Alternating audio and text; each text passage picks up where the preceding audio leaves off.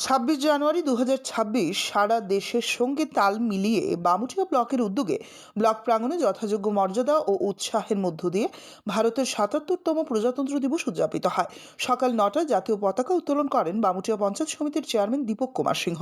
Airport থানার পক্ষ থেকে প্রদান করা হয় গার্ড অফ অনার। অনুষ্ঠানে উপস্থিত ছিলেন বামুটিয়া ব্লকের বিডিও অমিতাভ ভট্টাচার্য, পঞ্চায়েত সমিতির চেয়ারম্যান দীপক কুমার সিংহ, প্রাক্তন বিধায়ক ডক্টর দিলীপ কুমার দাস, কৃষ্ণধন দাস, সমাজসেবক শিবেন্দ্র দাস, পশ্চিম ত্রিপুরা জেলা পরিষদের সদস্য খুশবু দেববর্মা সহ অন্যান্য বিশিষ্ট ব্যক্তিবর্গ ও ছাত্রছাত্রীরা। প্রজাতন্ত্র দিবস উপলক্ষে উপস্থিত অতিথিরা বলেন, দেশের প্রধানমন্ত্রী নরেন্দ্র মোদীর নেতৃত্বে গৃহীত উন্নয়নমূলক কর্মসূচিগুলো সকলের সক্রিয় অংশগ্রহণের মাধ্যমে বাস্তবায়িত করতে হবে।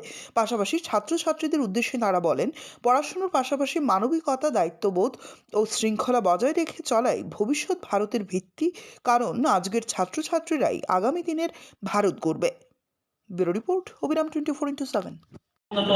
যে আমাদের মাননীয় প্রধানমন্ত্রীর নির্দেশ অনুযায়ী আমরা নারী ক্ষমতায়ন, যুব সমাজের দক্ষতা বৃদ্ধি, স্বনির্ভর গোষ্ঠী গঠন, গ্রামীণ জীবিকা ও উন্নয়নমূলক প্রকল্প বাস্তবায়নে আমরা সবাই একসাথে কাজ করছি।